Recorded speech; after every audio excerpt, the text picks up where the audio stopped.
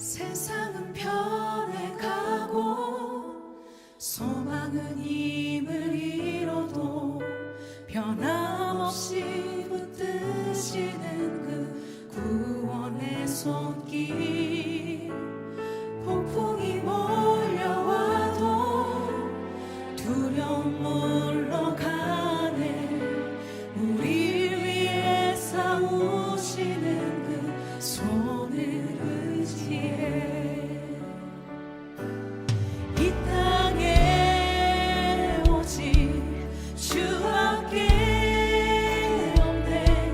그 무엇도 나를 채울 수 없네. 주님의 평안 내 안에 있네. 그 누구도 빼앗을 수 없네.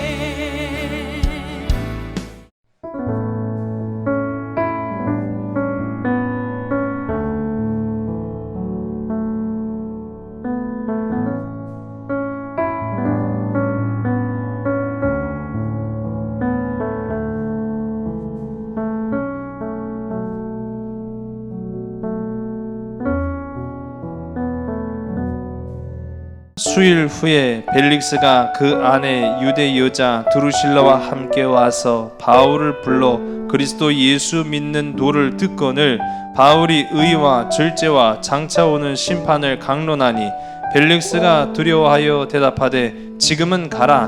내가 틈이 있으면 너를 부르리라 하고 동시에 또 바울에게서 돈을 받을까 바라는 고로 더 자주 불러 같이 이야기하더라. 이태가 지난 후 보르기오 베스도가 벨릭스의 소임을 이어받으니 벨릭스가 유대인의 마음을 얻고자 하여 바울을 구류하여 두니라. 아멘. 비선실세다 하는 이야기 들어보셨죠? 예. 어디서 많이 들어보셨습니까? 가정에서 보통은 듣죠. 아니에요. 예. 가정에서 듣는 얘기는 아니죠. 예. 우리가 이제 정치하는 분들, 이렇게 이전에는 그런 사건들도 있었습니다만은 비선실세다. 또 혹은 우리 문고리가 잘 안 보이시네요. 예. 문고리입니다. 어쨌든 자, 문고리 인사, 비선실세, 문고리 인사, 어디선가 이렇게 다 한 번쯤은 들어봤을 만한 그런 이야기인데, 자, 이 비선실세라고 하는 것은요, 권력을 가진 자의 배후에서 은밀히 실제 권한을 행사하는 사람을 이르는 말이다라고 합니다.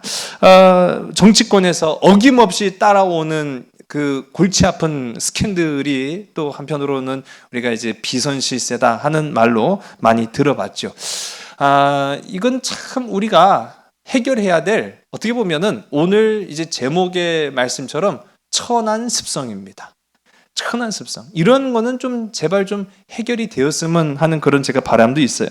물론 이런 비선실세 말고도 얼마든지 합법적인 방법도 있습니다. 그 합법적인 방법은 뭐냐면요, 대통령 자문위원회 그런 것도 있잖아요. 예, 그건 전문가들로 구성되어서 경제 분야면 경제 분야, 국방이면 국방, 또 우리가 이제 외교면 외교, 그런 식으로 대통령 자문위원회를 구성하고 그들의 자문을 얼마든지 들을 수 있는데, 참 사람이요, 이 팔이 안으로 굽는다고 내가 좋아하는 사람의 듣기를 참 좋아해요. 그러다 보니까 발생할 수밖에 없는 그런 어떻게 보면 이 정치적 이 천한 습성 중에 하나가 바로 문고리 인사 또는 이 비선실세다 하는 그런 이야기를 우리가 알 수 있습니다. 자, 오늘 제가 이 말씀을 드리려고 하는 까닭이 뭐냐면요, 우리 로마 시대 지금 보고 있잖아요. 로마 제국, 오늘 8번째 시간인데, 여러분, 세계 최강국이었다라고 일컬어지는 로마 제국 안에도 이런 비선실세가 있었다라고 하면 여러분 혹 믿어지시겠습니까? 그런데 있었다라는 것을 우리가 이 역사를 통해서 보게 되는 거죠.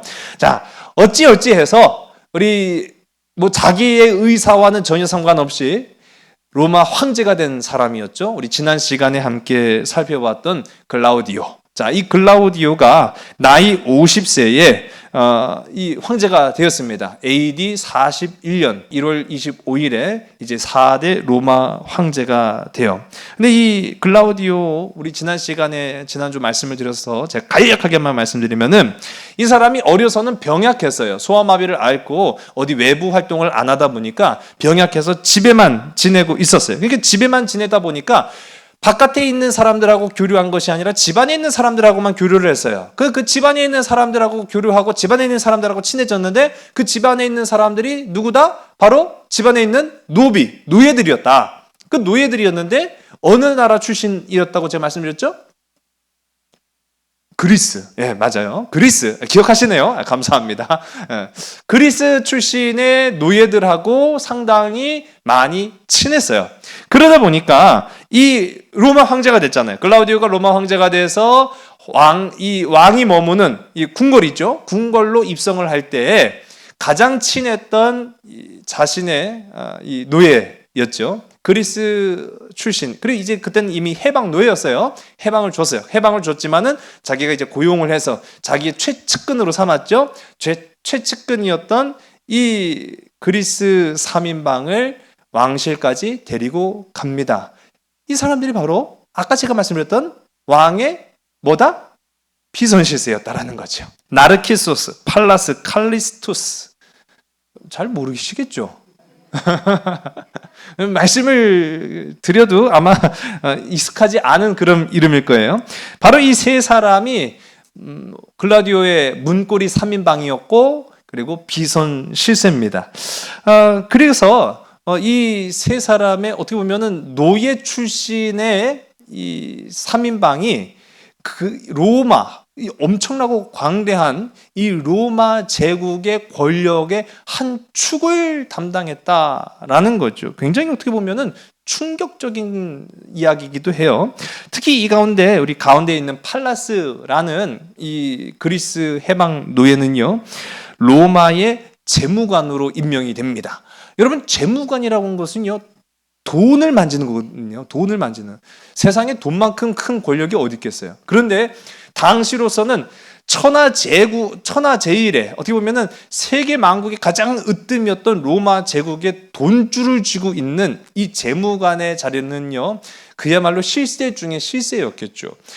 이전 시간에 우리 카이사르의 오른팔이었던 안토니우스가 바로 이 재무관이었고요.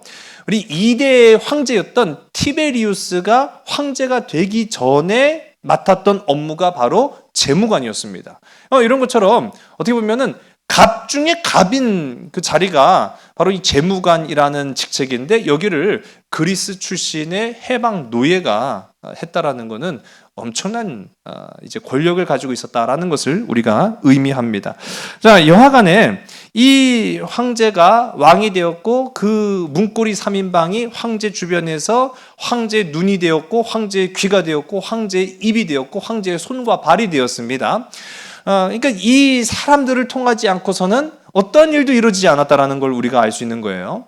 자, 그런데 황제의 개인적인, 어떻게 보면 개인적이기도 하고 국가적인 한 사건이 있습니다. 어떤 사건이 있었느냐 하면은, 이 글라디오가 50의 황제가 됐다고 했어요. 근데 이제 이 사람이 50의 황제가 될 때까지 3번 결혼했어요.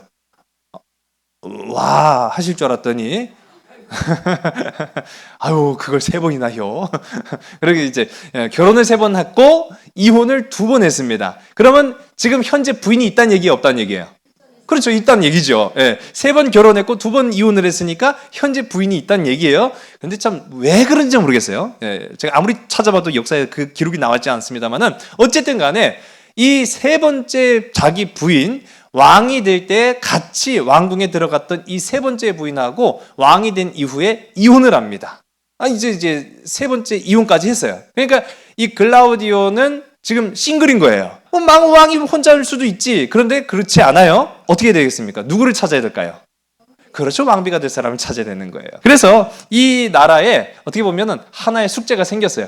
황제의 아내를 찾으라 하는 그런 숙제가 떨어지게 됩니다. 자, 이 4번째 아내를 찾아야만 했다라는 거예요. 자, 이게 굉장히 중요한 것이, 왜 이혼을 했는지는 그 이유는 몰라도, 이 4번째 부인이 우리 이제 성경 시대하고 맞물리는 부분이 있다는 얘기예요. 예. 그리고 우리가 중요하게 생각하는 것은 성경하고 무슨 연결점이 있느냐 그걸 찾는 거거든요.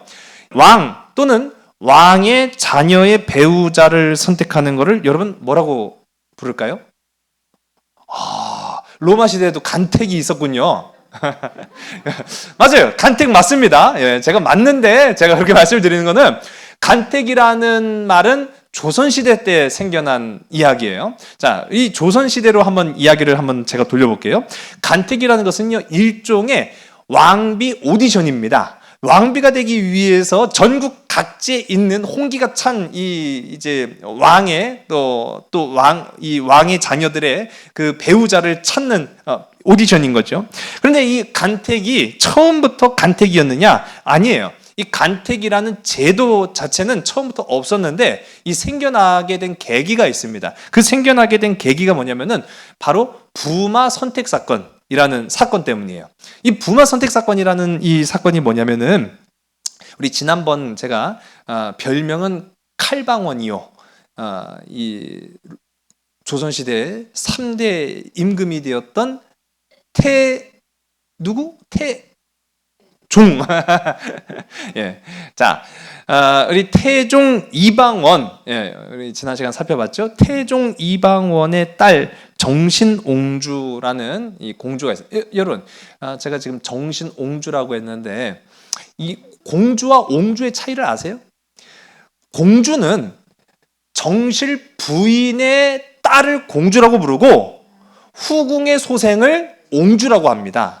그러니까 이거 옹주라고 하면 제가 후궁의 딸이구나 이렇게 아시면 되고 공주라고 하면은 정실 부인의 딸을 공주구나 이렇게 이제 우리가 부를 수가 있는 거예요. 자, 이 정신 옹주가 혼기가 찼어요.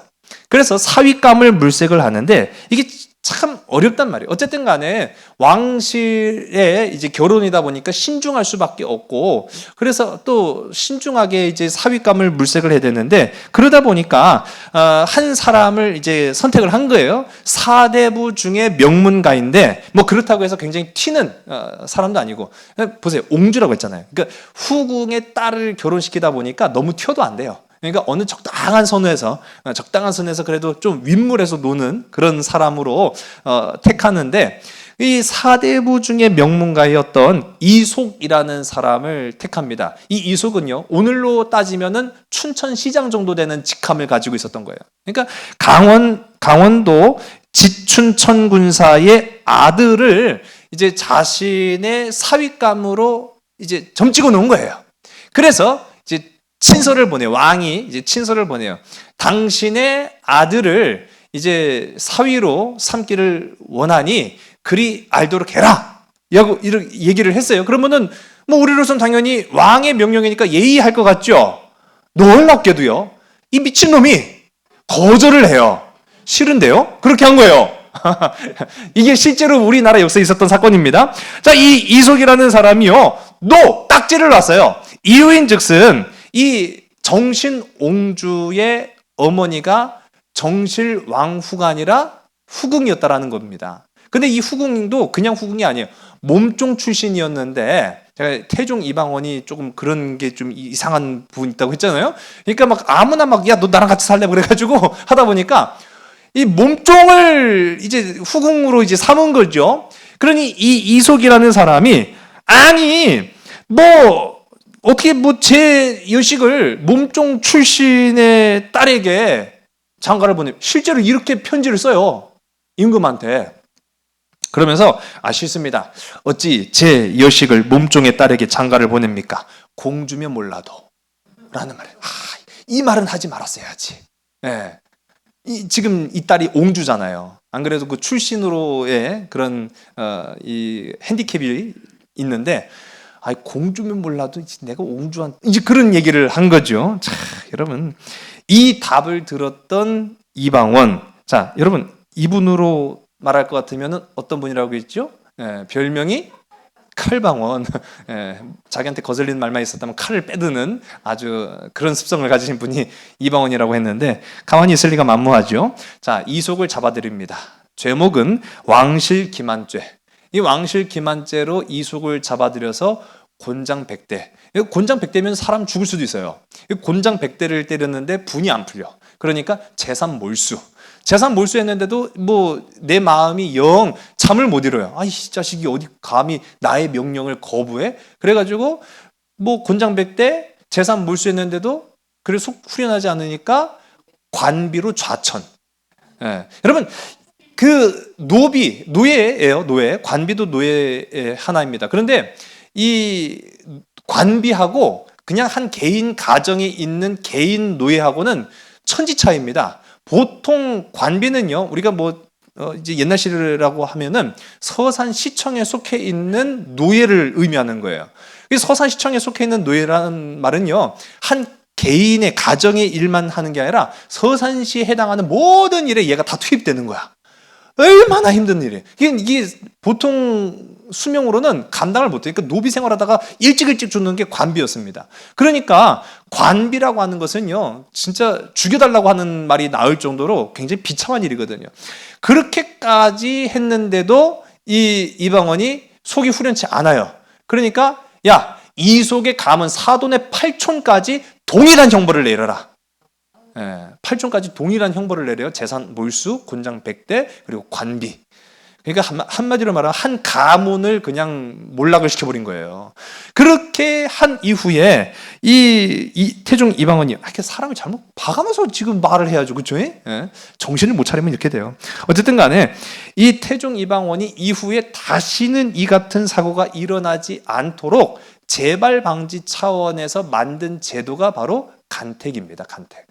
간택은 왕실 가족들이 결혼하는 방식을 그렇게 택한 것인데, 이 왕이 자신의 자녀가 혼기가 차서 이제 결혼을 해야 돼요. 그러면은 간택령을 발동을 시킵니다. 이제 우리 왕실에 결혼이 필요하다라고 하는 걸 이제 신하들한테 명령을 내리는 거예요.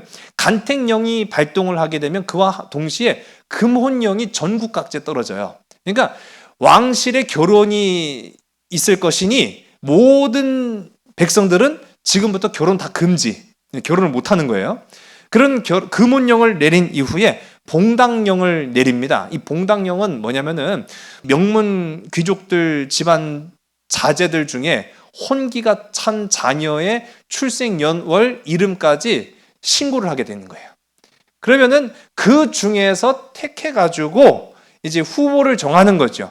야, 그럼 생각해 보세요. 아무리 옛날 시대라고 하더라도 전국 각지에 있는 사대부들의 명문 자제들 그 이름 명단을 다 거둬오려면은 어마어마했겠죠. 보통 몇 명 정도 됐을까요? 이런 간택령이 떨어져가지고 이제 후보에 오르면은 몇 명 정도 올라갔을까요? 명단이. 잘 모르시겠어요? 몇천 명 되겠죠. 예. 딱 30명. 생각보다 적죠? 네. 아니, 생각보다 적어요. 왜 적을까요? 제가 이 말씀을 드린 이유가 바로 그예요. 이 30명 안에 들어가기만 하면은 출세길이 열린 거예요? 열리지 않은 거예요? 출세길이 열린 거죠. 여기에 개입한 사람이 바로 비선실세라는 겁니다. 왜 30명밖에 안 될 이유가 없잖아요. 근데 30명까지 딱 추려지는 까닭이 이 명단에 비선실세들이 개입을 해요. 그래서 추려진 명단을 이제 왕실에 보고를 하게 되는 겁니다. 그 이후로 우리가 실제 조선 후기의 왕비의 계열, 한마디로 말하면 정치 노선이죠. 그 가문의 정치 노선을 보면은 놀랍게도요, 99%가 노론 계열이었다고 합니다. 조선시대에 이제 동인 서인 있고 또 그 가운데 노론과 서론, 이 정치 색깔이 다른 사람들이 있었어요. 그런데 왕비의 99%가 다 노론 계열이었단 말이에요. 이게 어떻게 가능해요? 문고리 인사 또는 비선실세가 있었기 때문에 가능한 비리였죠. 한마디로 말하면 비리였습니다. 자, 제가 이렇게 조선시대에도 이와 비슷한 일들이 있었다라고 말씀드렸는데, 클라우디오 황제의 네 번째 부인을 찾아야만 했어요. 자, 여기엔 누가 개입했을까요? 아까 말씀드렸던 세 사람. 이름을 잘 모르시는구나.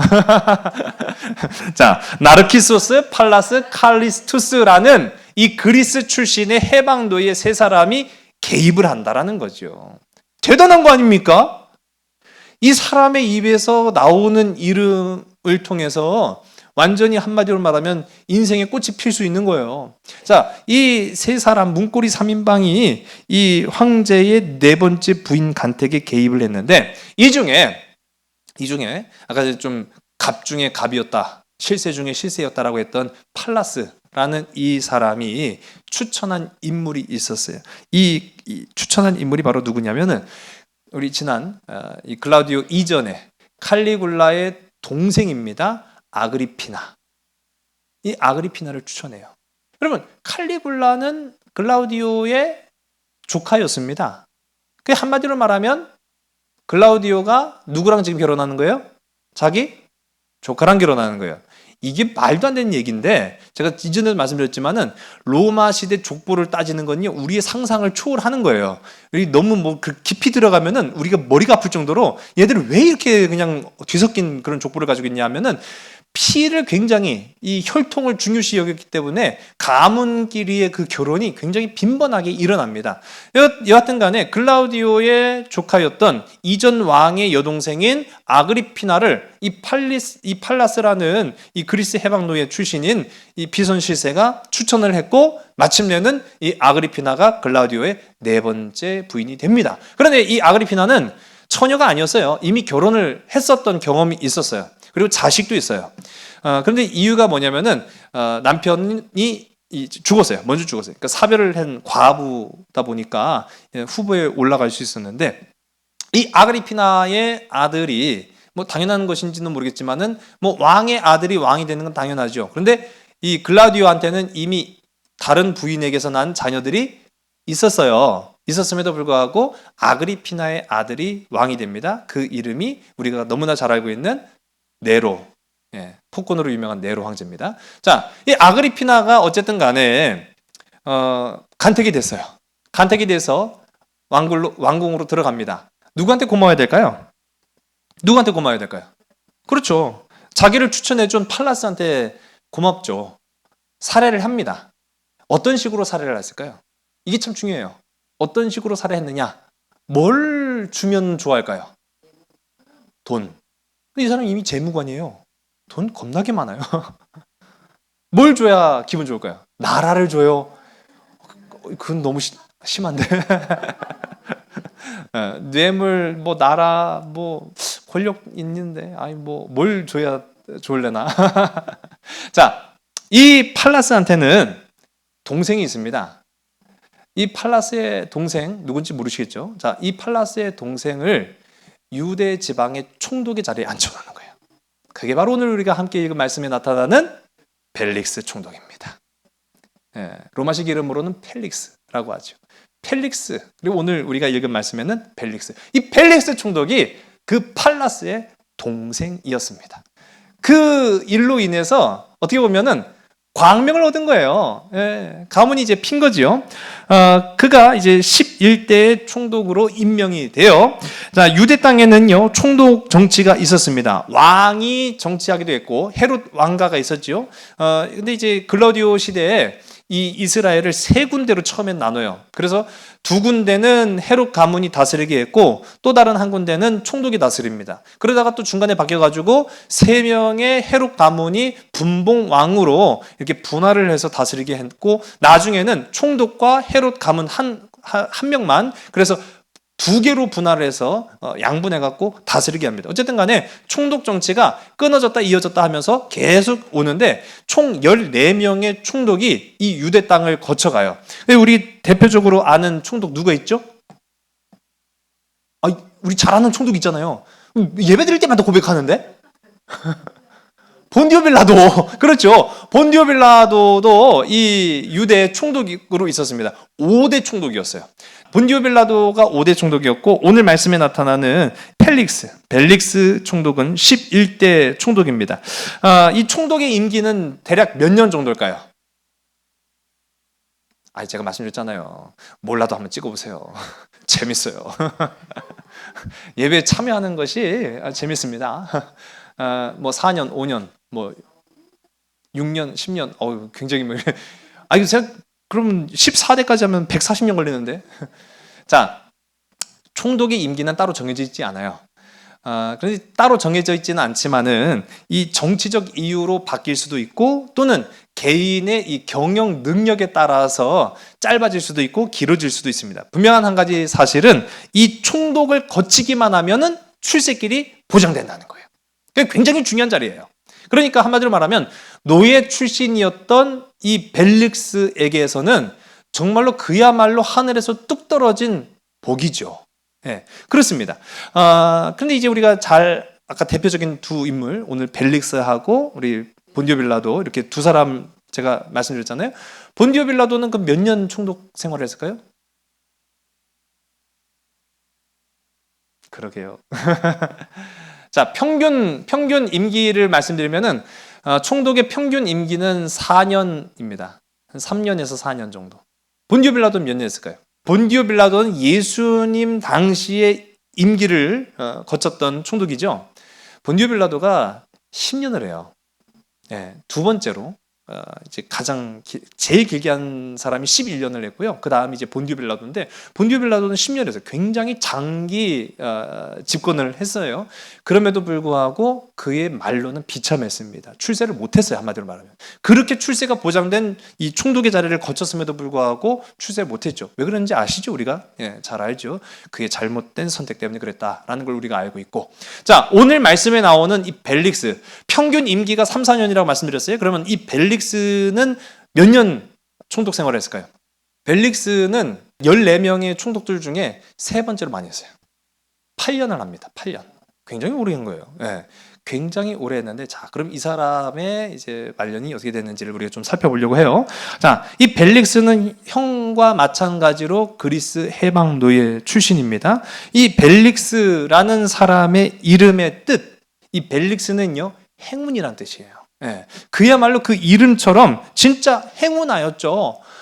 집안이 폈잖아요. 노예면은 진짜 죽을 때까지 그냥 뼈에 사무치도록 노동만 하다가 그렇게 죽을 수도 있는데, 이 벨릭스와 팔라스라는 두 형제는요, 그야말로 세상을 쥐락펴락하는 로마의 권력의 한 중심에서 갖고 살았으니 얼마나 행운합니까?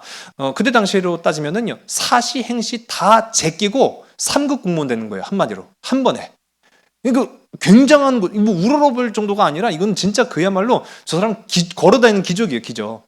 그 정도로 이 펠릭스라는 이 벨릭스는 행운아이면 틀림이 없습니다. 자, 이 사람이 오늘 우리가 함께 읽은 본문 말씀의 배경이 된 때가 AD 56년입니다. AD 56년이면요, 벨릭스 통치 기간이 AD 52년서부터 60년까지거든요. 그렇게 8년인데, 한 그 자기 임기 한 중간쯤 되었을 때 일어난 사건을 말하는 거예요. 예루살렘의 천부장으로 있던 글라우디오 루시아가 자기가 직접 쓴 친서와 함께 자기 로마 병사 470명을 동원해서 죄수를 호송해 가이사랴까지, 총독이 있는 이 벨릭스 총독이 있는 가이사랴까지 죄수를 호송해서 왔어요. 그러니까 굉장히 거물급이 왔다라는 것을 우리가 알 수 있어요. 아니, 어떤 죄수를 470명의 로마 군사를 동원해 갖고 호위한 다음에 천부장의 친서를 통해서 보증한 그런 인물이 왔습니까? 누구죠? 그렇죠, 사도 바울. 예, 대단한 인물인 거예요. 사도 바울을 그렇게 호송해서 가이사랴까지 왔어요. 자, 근데 이 천부장의 이름도 우리가 익숙해서 잘 알겠지만은 글라우디오 루시아, 어디서 많이 들어본 이름 같네요. 지금 로마의 황제 이름하고 똑같잖아요. 그렇죠? 예, 로마의 황제가 지금 글라우디오잖아요. 그런데 천부장의 이름도 글라우디오예요. 전체 이름으로 따지면 글라우디오 루시아인데, 자, 이것도 재밌는 부분이 사도 바울을 잡아들였어요. 근데 그를 신문하는 과정에서 이 사도 바울이 어떤 사람이라는 걸 알았어요? 그렇죠, 로마 시민권을, 나는 로마 시민이다, 이렇게 고백을 했잖아요, 사도 바울이. 그러니까 그를 신문했던 로마 군인, 로마 백부장, 로마 천부장까지 깜짝 놀라요. 어떻게 당신이 로마 시민이라고? 하면서 자기도 로마 시민권을 돈 주고 샀는데 라는 한 그 얘기가 나옵니다. 자, 이 천부장이라고 하면 자기 밑에 군사 1000명을 거느린 굉장한 직급이에요. 그럼에도 불구하고 이 로마 천부장인 글라우디오 루시아도 돈 주고 로마 시민권을 샀는데, 당신이 어떻게 로마 시민이냐 그랬더니 난 나면서부터 로마 시민이다. 이거는 신분이 완전히 다른 거예요, 신분 자체가. 여기서 우리가 알 수 있는 것처럼 글라우디오, 왕 이름하고 똑같네? 여러분, 이 시대에는요, 이름을 굉장히 반복적으로 사용해요. 그래서 제가 누구 아세요? 그러면 잘 몰라요. 왜냐하면 그 이름을 얼마나 많이 썼는지를 알 수가 없어요. 그러니까 뭐 특정해갖고 글라우디오라는 사람 아세요? 황제를 말하는 겁니까? 천부장을 말하는 겁니까? 하고 제가 이렇게 되물을 수도 있는 거예요. 그 정도로 굉장히 반복적. 여러분, 우리가 이제 우리나라 이름하고요, 외국의 이름하고 굉장히 달라요. 우리나라는 성은 뭐 물론이거니와 이름이 굉장히 다양하잖아요. 근데 외국 사람들은 이름이 굉장히 다양하지 않아요. 보통 보면은 이 예수님의 12제자의 이름을 가지고 이름을 짓는 경우가 가장 일반적이고요. 또 이 아버지랑 아들이 이름을 똑같이 사용하는 경우도 많아요. 그 굉장히 이 사람들은 왜 이렇게 이름을 쓰는 거야? 그게 그 사람의 가문을 나타내는 특색이기 때문이기도 해요. 그러니까 이거는 단순히 외국 사람들이 그런 게 아니라 옛날부터 그래 왔어요. 중요한 건 뭐냐면은 글라우디오라는 이름의 방식은 로마식이에요. 그런데 루시아라는 이름은 달라요. 루시아라는 이름은 로마 사람들이 안 써요. 그리스 출신만 쓰는 거예요. 그러니까 자기 신분이 이름에서 나타나요. 그러니까 글라우디오 루시아는 그리스 출신의 로마 시민이라는 걸 알 수가 있는 거죠. 자, 이런 것처럼 이 글라우디오 루시아가 그렇게 사도 바울을 끌고 가이사랴에 있는 벨리스 총독에게까지 옵니다. 그도 똑같이 자신처럼 그리스 출신이었다라는 거죠. 자, 여차저차해서 어쨌든 사도 바울의 재판이 중지가 됩니다. 그리고 나서 중지가 된 채로 사도 바울을 몇 년 동안 구금을 했다. 오늘 성경에 나오죠? 그렇죠. 2년 동안, 2해 동안 이 벨릭스가 구금을 합니다. 그러면서 재밌는 것이 그냥 구금만, 가둬만 놓는 것이 아니라 이 벨릭스 총독이 자신의 아내 두루실라와 함께 바울의 말씀, 복음을 듣기 위해서 왔다는 거예요. 24절, 오늘 본문 24절의 말씀인데요. 우리 함께 읽습니다. 시작. 수일 후에 벨릭스가 그 아내 유대 여자 두루실라와 함께 와서 바울을 불러 그리스도 예수 믿는 도를 듣거늘. 아멘. 자, 이게 재밌는 부분이에요. 여러분, 이 벨릭스는 그리스 출신의 해방노예. 그런데 지금은 출세해서 로마에서 임명받은 유대의 총독. 이라고 말씀드렸어요. 근데 이 벨릭스의 아내는 어느 사람이에요? 유대 사람이다. 더 정확히는 이 유대 여자 드로실라는 헤롯 왕조, 헤롯의 증손녀입니다. 그러니까 굉장히 출신 성분이 좋아요. 제가 이전에도 말씀드렸는데 이 드로실라가 이 벨릭스하고 결혼할 때는 둘 다 유부남, 유부녀였어요. 그런데 눈이 맞아가지고 하여튼 눈을 조심해야 돼요. 눈탱이 잘못 맞으면 큰일 나요. 그러니까 눈이 맞아가지고 유부녀, 유부남인데 자기 남편, 자기 아내 다 내버리고 결혼을 한 겁니다. 근데 이 시대에도 룰은 있어요. 규칙은 있어요. 그냥 그렇게 결혼하면 안 돼요. 큰일 나요. 이거는 법적으로도 큰 문제가 돼요. 어떻게 해야 됩니까? 반드시 결혼한 자가 또 결혼하고 싶으면 뭘 해야 돼요? 그렇죠. 이혼이라는 절차를 밟아야 돼요. 이혼을 해야만 합니다. 자, 그런데 이혼이 안 되는 나라가 있어요. 어느 나라가 이혼이 안 될까요? 유대인은 이혼이 안 돼요. 유대인은 이 율법에 따라서 이혼이 거의 불가능에 가깝습니다. 그러니까 유대인으로서는 이혼이 안 되는데 이 두루실라가 어떻게 이혼을 했대? 그러니까 자신들의 전통을 무시하면서까지도 이혼을 하고 이 벨릭스 총독하고 결혼한 거예요. 한마디로 말하면 음란한 여인이었고 부도덕한 인물이었다라는 것을 이 두 사람의 모습만 봐도 알 수 있는데 이 두 사람이 이제 사도 바울의 말씀을 듣기 위해 왔다는 거예요. 자, 24절의 말씀을 보니까 그냥 얘기를 들은 게 아니에요. 신변 잡기 시기에 사도 바울의 무슨 뭐 살아온 얘기 뭐 들으려고 온 게 아니죠. 누구의 말씀을 듣기 위해서 온 거예요? 예수님의 말씀, 예수님의 복음의 도를 들었다라는 거죠. 자, 진짜 저는요 보면은 와, 벨릭스 이놈 진짜 행운아요. 정말 행운아가 맞아요. 왜 맞냐면은 형 잘 만나서 노예에서 해방됐지요. 또 출세해서 유대 총독되었죠. 이제는 사도 바울의 그 살아있는 예수 그리스도의 복음을, 생생한 복음을 직접 대면해서 듣는 자리까지 있었다라고 하면 얼마나 복된 인물입니까? 여러분, 만약 요즘 뭐 하늘 별따기라고 하는데 나훈아 가수의 노래를 TV로 보는 거하고 직접 공연장 가서 보는 거하고 어떤 게 더 나을까요? 안 가봐서 다 모르시겠죠? 저도 안 가봤어요. 어쨌든 간에 예. 나훈아 가수의 공연을 직접 가서 보면은 뿅 맞네요, 진짜. 아마 저 그럴 것 같아요. 예수님의 말씀을 직접 듣는다면, 사도 바울의 설교를 직접 듣는다면 진짜 뿅 갈 거예요. 정말 행운아 아닙니까? 진짜 출세가 그 자리에 있을 뿐만 아니라 진짜 사도 바울의 그 예수님의 그 생생한 복음의 말씀을 그 사도 바울의 음성을 통해서 직접 듣는다라고 하니 얼마나 복된 사람입니까? 얼마나 행운합니까? 그런데 그 복을 지금 이 벨릭스는 제대로 누리지를 못하는 그런 모습들을 우리가 말씀을 통해 보죠. 왜 누리지 못했습니까? 그 발목을 잡은, 이 벨릭스를 발목 잡은 것은 바로 천한 습성 때문이었다라는 거예요. 그가 가지고 있는, 그가 뿌리치지 못했던 천한 습성이었다라는 거죠. 복음의 문화까지는 왔는데 들어가지를 못한 거예요. 여러분, 오늘 우리가 함께 읽은 말씀 25절의 말씀을 우리 함께 읽습니다. 시작. 바울이 의와 절제와 장차 오는 심판을 강론하니 벨릭스가 두려워하여 대답하되 지금은 가라. 내가 틈이 있으면 너를 부르리라 하고. 아멘. 이 말씀을 듣고요, 두렵고 떨려서 마치 삭개오가 뽕나무 아래에 내려와서 예수님을 자신의 집에 모시고, 예수님, 제가 다 고백합니다. 내 죄를 고백합니다. 이후에 이런 죄를 지으면 내가 진짜 4배나 갚겠고 이제 이후로부터 내가 변화된 인생을 살겠습니다. 그렇게 막 자기 혼자 막 실토를 하잖아요.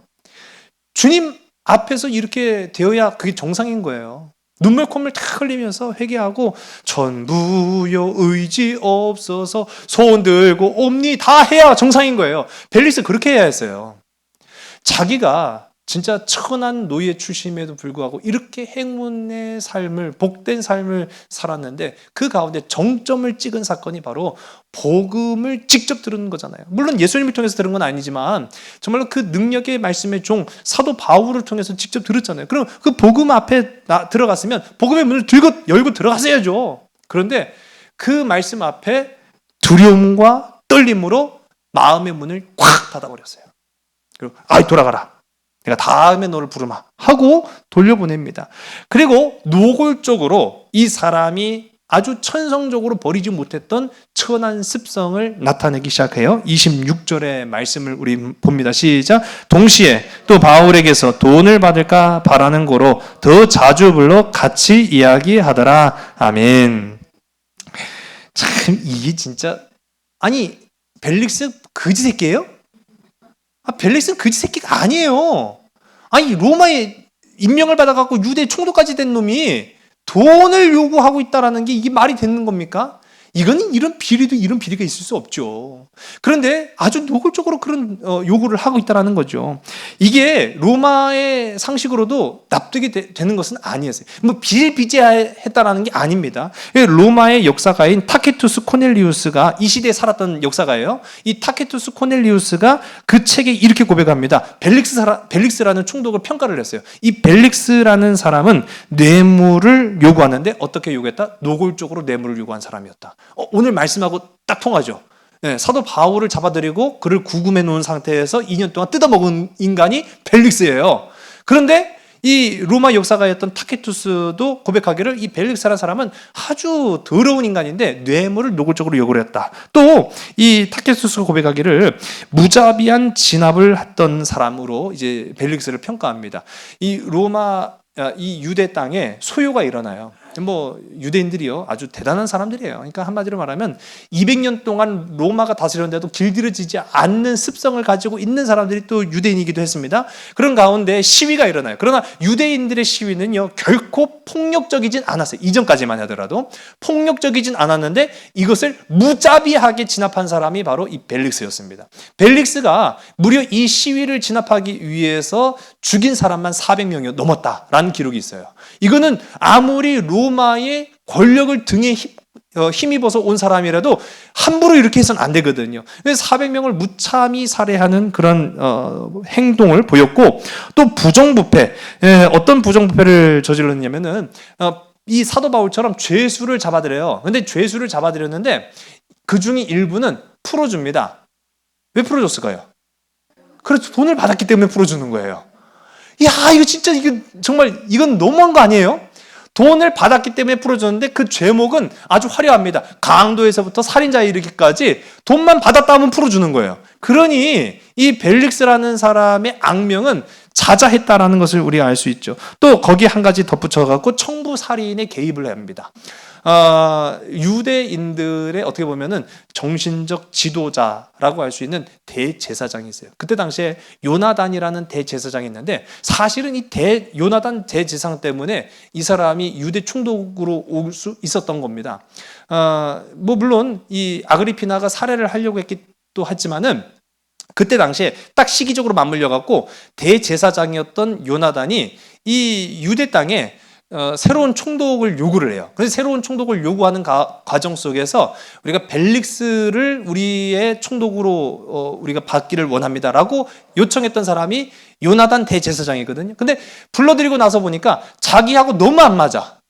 예, 이 요나단하고 벨릭스하고 너무 안 맞아요. 그러다 보니까 이 벨릭스가 저는 죽여버려. 그래가지고 이 요나단 대제사장을 암살하는 사건이 있어요. 근데 그 배후가 벨릭스였을 것이다 라는 아주 농도 짙은 의혹을 받는 그런 부분이 있어요. 자, 어쨌든 간에 이런 식으로 해서 이 벨릭스한테는 참 많은 수식어가 따라오는데 마지막으로 이 타키투스 코넬리우스 역사가가 이렇게 이 벨릭스를 평가합니다. 노예의 마음을 가지고 황제의 권세를 휘두른 자였다라고 말하죠. 자, 이 벨릭스는요, 겉으로는 로마 시민이 되었지만 내적으로는 여전히 그 노예였던 천한 습성을 버리지 못했던 사람이었다라는 것을 우리가 보게 됩니다.